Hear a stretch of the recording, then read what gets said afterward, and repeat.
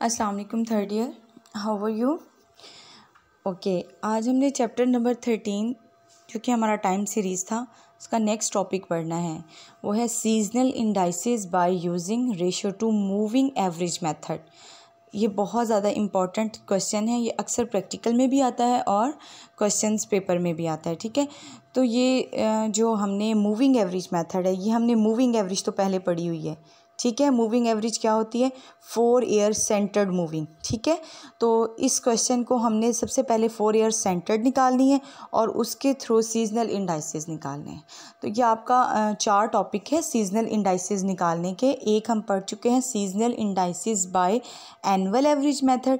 आज हम पढ़ रहे हैं seasonal indices by using the ratio two moving average method. ठीक है, इसमें आपने सबसे पहले क्या करना है, जो भी आपका डाटा लिखा होगा उसको आपने कॉलम वाइज लिख लेना है। ठीक है, ये देखें 2001 और उसके चारों क्वार्टर्स, फिर 2 के चारों क्वार्टर, इस तरह 3, 4 जितने भी ईयर्स दिए होंगे आप उन सब के क्वार्टर्स लाइन तरतीब से लिख लेंगे। उसके बाद आपने वाई जो कि गिवन होता है लिख लेना है। ठीक है, फिर हमने 4 ईयर सेंटर्ड मूविंग एवरेज निकालनी है। यहाँ पे तो डायरेक्ट उनके आंसर्स लिखे हुए हैं। 4 ईयर सेंटर्ड मूविंग आप कैसे निकालते हैं ये हम लास्ट टाइम पढ़ चुके थे। पहले आप क्या करते हैं, 4 वैल्यूज़ को ऐड करते हैं, फिर एक को छोड़ के नेक्स्ट 4 को ऐड करते हैं, फिर नेक्स्ट 4 को इस तरह ऐड कर लेते हैं, फिर 2 को ऐड करते हैं, याद है ना आपको। फिर उसके बाद हम क्या करते हैं, उन तमाम वैल्यूज़ को 8 पे डिवाइड करते हैं। जब आप 8 पे डिवाइड करेंगे तो ये कॉलम आ जाएगा 4 ईयर सेंटर्ड मूविंग एवरेज का।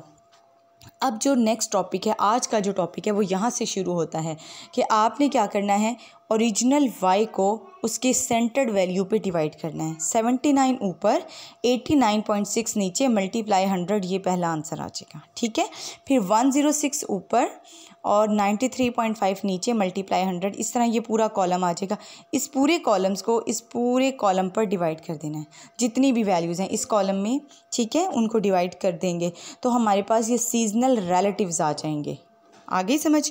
अच्छा, फिर आपने क्या करना है, ये जो आंसर्स आ जाएंगे आपने एक टेबल बनाना है। टेबल में 2000 जिस तरह आपको क्वेश्चन दिया होता है, ये 2001, 2, 3, 4 हैं, इनके ये क्वार्टर्स हैं, आपने तरतीब से लिख देने हैं। अब इन आंसर्स को इस टेबल में पुट करना है। क्योंकि पहली 2 वैल्यूज़ नहीं हैं तो हम पहली 2 छोड़ देंगे, हम तीसरी लिखेंगे, चौथी, फिर जो नेक्स्ट है वो 2002 की पहले क्वार्टर की 79.6 जो है अभी हम यहाँ लिखे हैं। तो हमने क्या करना है, बेसिकली इन्हें तरतीब से इस तरह लिख देना है, जहाँ तक आंसर्स आएंगे लिख देंगे।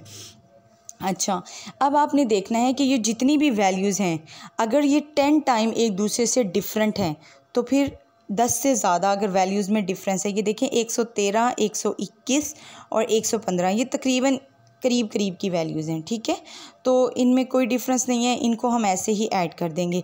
इनमें देखें 88, 89, 95, ये भी तकरीबन क्लोज ही हैं, ज़्यादा डिफरेंस नहीं है।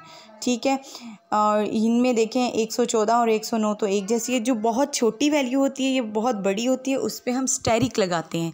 स्टेरिक लगाने का वही तरीका है कि हम ये देखते हैं हमारी आपस में जो 2 वैल्यूज़ का डिफरेंस है वो 10 या मतलब 10 से ज़्यादा तो नहीं है।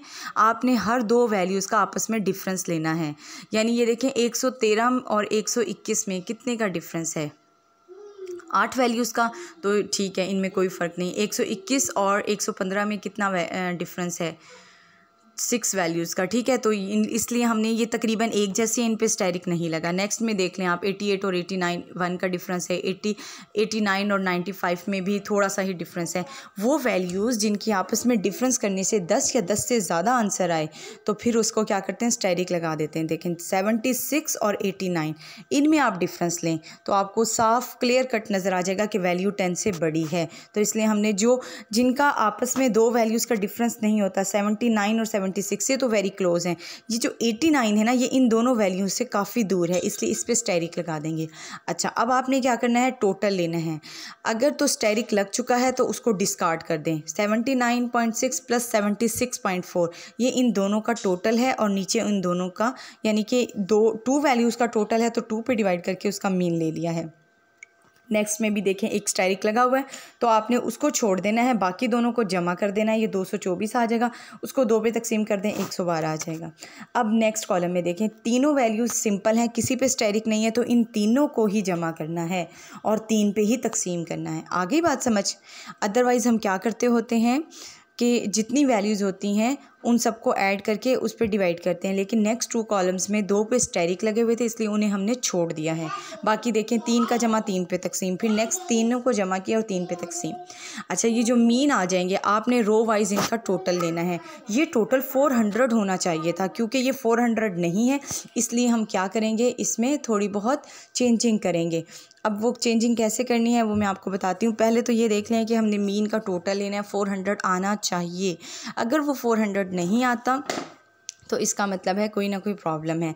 उसके लिए हम इससे क्या करेंगे, कंपनसेट करेंगे। 78 जो आपका आंसर आया है, ये वाला 78 जो मीन का पहला आंसर है, आपने 78 को डिवाइड करना है 397 पर और मल्टीप्लाई कर देना है 400 पर। ठीक है, देखें 78 को डिवाइड करना है 397.70 पर और मल्टीप्लाई कर देना है एग्जैक्ट 400 पर। तो जो आंसर आएगा वो 78.45 है, आपने यहाँ लिख दिया। अब नेक्स्ट के लिए आप क्या करेंगे, 112 को ऊपर रखेंगे, 397.70 को नीचे, मल्टीप्लाई कर देंगे 400 से। ठीक है, ये नेक्स्ट वैल्यू आ जाएगी। इस तरह ये सारे आप टोटल चारों के निकाल लेंगे और जब उन चारों का टोटल लेंगे तो वो एग्जैक्ट 400 या 400.01 या 399.9 यानी कि 400 के वेरी क्लोज वैल्यू आएगी। ठीक है, तो हमें इस एडजस्ट करते होते हैं इनको, मीन को। अगर उसका टोटल 400 ना आए तो इन तमाम मीन्स को एडजस्ट करते हैं, और एडजस्ट करने का फार्मूला मैंने आपको बता दिया है कि मीन ऊपर आएगा, ग्रैंड टोटल नीचे आएगा, मल्टीप्लाई बाय 400।